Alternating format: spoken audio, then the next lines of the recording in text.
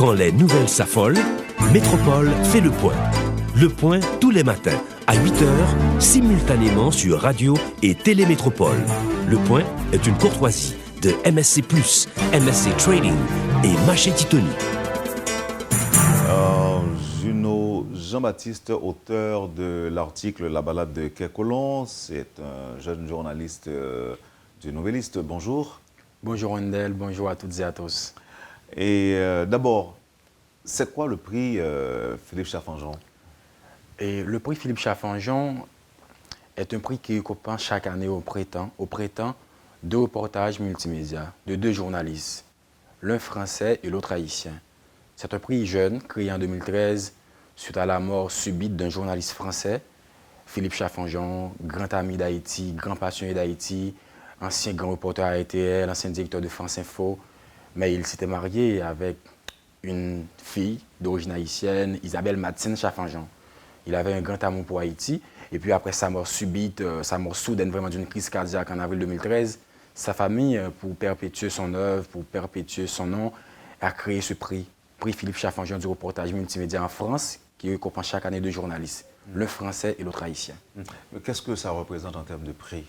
En termes de prix, tu remportes ce prix et on te donne un cachet de 2500 €, on te donne une plaque et puis on te fait voyager en France pendant un séjour, tu visites des médias, on te donne des entrevues dans différents médias en France. J'étais en France l'année dernière et je suis intervenu à RFI, à France Info. Je crois que comme beaucoup de gens le disent, c'est un grand prix, c'est l'un des prix, c'est le plus grand prix actuellement qui existe actuellement pour les jeunes journalistes de mon âge.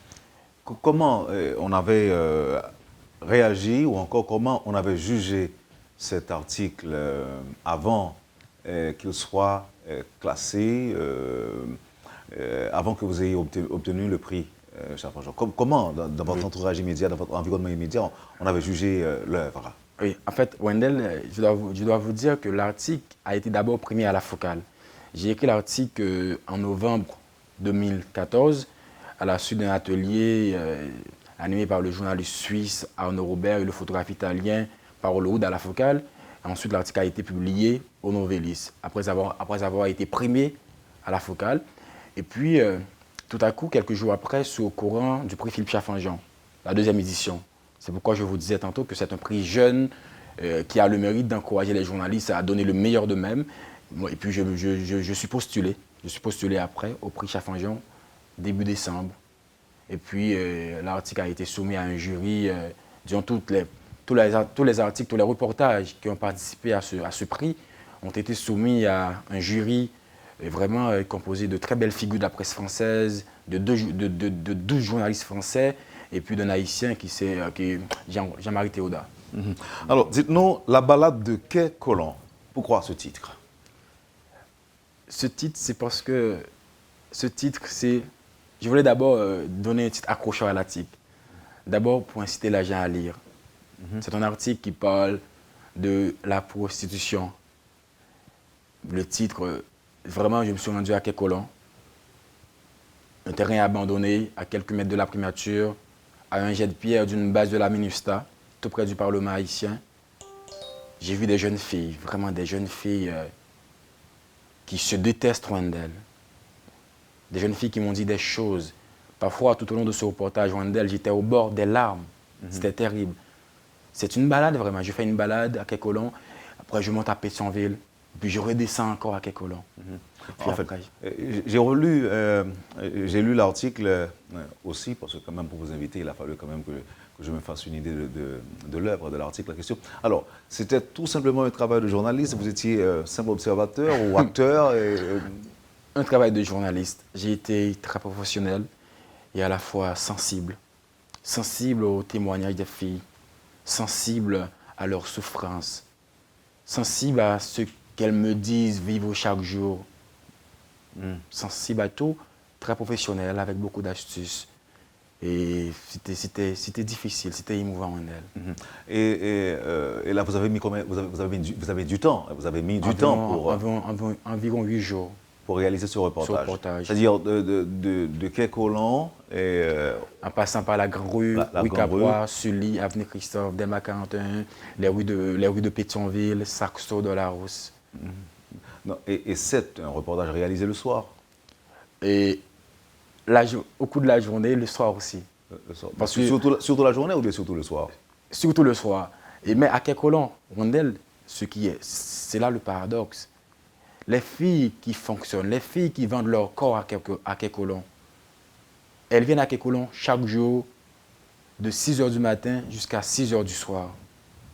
Parce que vraiment, à Kekolan, j'ai bien décrit l'ambiance, le décor. C'est des tentes sales, des tentes trouillées, au bord de la mer. Et puis quelle mer encore? Une mer sale. Mais vous avez dit, c'est tout près du Parlement haïtien, tout près de la C'est pour primature. faire voir le paradoxe, ça. Et puis personne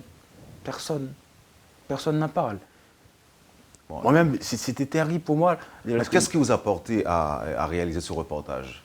L'idée vient d'un constat. De constat. Qu'est-ce que vous avez été faire là-bas et à Kekolan? J'étais pas d'abord à Kekolan. Et le constat est que quand je laisse le Novelis pour me rendre à Sciences Humaines, là où j'étudie la sociologie, tout le temps je vois des jeunes filles. C'est toujours avec peine que je les vois à la rue Caproie, qui appalguent les gens, qui appalguent les passants. Et puis je me suis dit, waouh, généralement la prostitution est un sujet abondamment traité dans les presses, dans beaucoup de presses. Mais dans notre presse, non. La presse haïtienne, je crois qu'elle est très peu traitée, la prostitution. Et puis je me suis dit, ne serait-il pas bon d'attirer, de jeter un coup de projecteur sur ces filles-là? Pourquoi elles sont dans les rues? Qu'est-ce qu'elles font dans les rues? Est-ce qu'elles gagnent leur vie ici, là, dans les rues? Et puis je suis parti. Mais je suis parti au début du reportage, je ne savais pas que j'allais trouver cette stratification, ces clivages-là, qui caractérisent ce secteur à l'image de la société. Vous allez voir tout au long de l'article, plus on monte, plus c'est cher et plus c'est classe. Oui. Et à Kekolan, il y a un prix. 25 gouttes, 50 gouttes sur les tentes, et puis 5 gouttes dans la mer sans capote. Parce que j'ai demandé à une fille, pourquoi ça, dans la mer sans capote? Non, monsieur, on s'est fait immuniser par l'eau salée. Les risques de transmission du VIH sont atténués, sont diminués. C'est horrible. Et maintenant, de Kekolan, on n'est pas en train de faire de la publicité pour ça, mais de Kekolan à la Grande Rue, on est passé à combien? 100 gouttes, 150 gouttes à la Grande Rue, Et plus 200 gouttes au Caprois, et plus on monte... 50 gouttes à avenue Christophe, et 300 gouttes d'Elba 41. Dans les rues de Pétionville, 500 gouttes. Et puis à Saxo, Dolarousse, c'est là où vraiment le sexe est luxueux, 100 $ américains.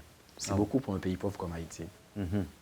C'est un peu ça, l'objectif. Ben, écoutez, pour obtenir ces informations, vous avez... Bon, écoutez, je sais que ce que c'est qu'une enquête. Il faut avoir quand même de l'argent pour réaliser des reportages assez intéressants, pour porter les gens à parler. Vous avez beaucoup d'argent pour réaliser ce reportage, non? C'est la Focale qui nous a accompagnés. Je m'étais fait accompagner de mon photographe, Gentil Junior Augustin. Et puis la Focale nous a accompagnés. C'est la Focale qui nous a donné les moyens. Parce que quand on rentre à Saxo, il a fallu qu'on achète des bières, tout ça, pour s'asseoir, pour essayer de parler aux filles. Parce qu'à Saxo, c'est tellement difficile à Saxo. Tellement difficile à Saxo. Très, très difficile de parler aux filles, là. Qu'est-ce que c'est que ça, Et quand vous parlez de Saxo?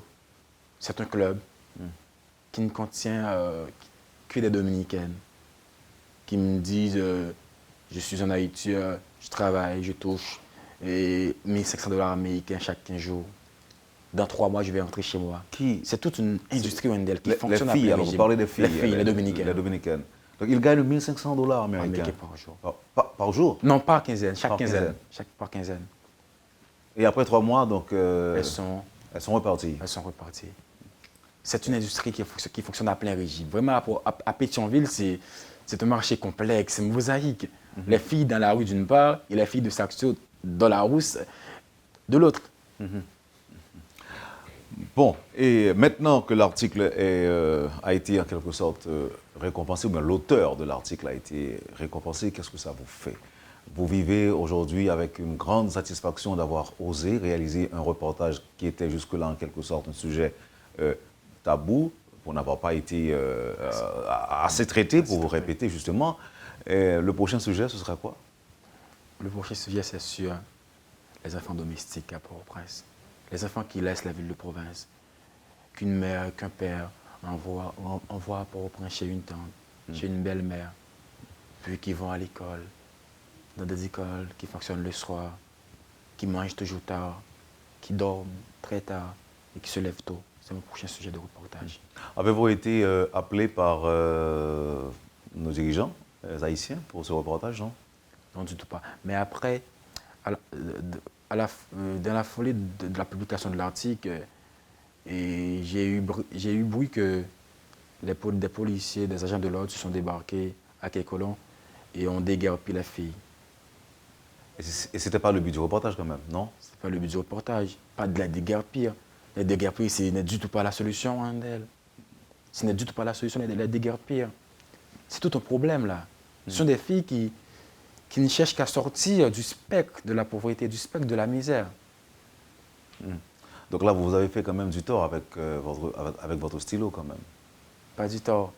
Je crois que moi-même, j'ai... Ou bien l'œuvre a été mésinterprétée. J'avais fait du tort vraiment à ces filles-là qu'on a déguerpi. Mais je voulais vraiment, moi-même comme journaliste, comme jeune journaliste, je veux faire bouger les choses avec ma plume. C'est pourquoi je me suis dit, il y a des thèmes sociaux, des sujets sociaux qui me mettent une obligation de les traiter. C'est une obligation pour moi de les traiter. Parce que je crois, aujourd'hui, la presse haïtienne est submergée par les événements. Tout le temps, c'est le factuel, c'est les médias, c'est les informations, les nouvelles. Oui, c'est aussi important les nouvelles. Oui, c'est aussi important les nouvelles. Mais au-delà de tout cela, je crois que les journalistes doivent aller en profondeur, doivent aller au-delà du factuel pour s'intéresser à d'autres sujets qui sont tout aussi importants que les nouvelles. Certains auditeurs veulent savoir la date de parution de l'article et de quel journal. C'était dans le Nouvelliste. L'article est apparu dans l'édition du 28 novembre 2014, mais tout récemment, cette semaine, mon rédacteur en chef, Franck Duval, l'a republié encore dans ce numéro, dans le numéro du mardi, lundi 6 et mardi 7 avril.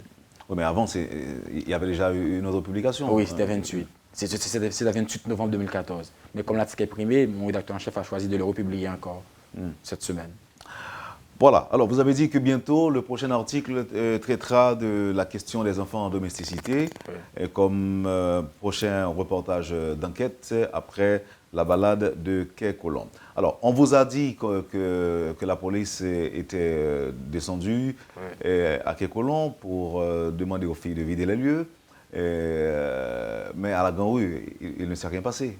Il ne s'est rien passé à la Grand-Rue. Encore moins à Pétionville. Il ne s'est rien passé. Merci infiniment, Juno. C'est moi qui vous remercie. Jean-Baptiste, je rappelle que vous êtes un jeune journaliste, bientôt 3 ans de métier, et bien 2 ans au Nouvelliste. 2 ans au Nouvelliste.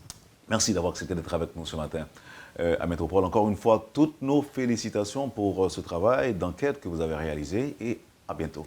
Merci, Wendell. Vous avez suivi, madame, monsieur, la rubrique Le Point de Radio et Télémétropole. Notre deuxième invité, le journaliste Juno Jean-Baptiste, qui vient de remporter le prix Philippe Chaffanjean pour l'article La balade de Kekolon. Merci, madame, monsieur, de nous avoir acceptés chez vous. Merci. Nous vous souhaitons un très bon week-end avec Métropole et à bientôt. Le Point est une courtoisie de MSC+, MSC Trading et Maché Titoni.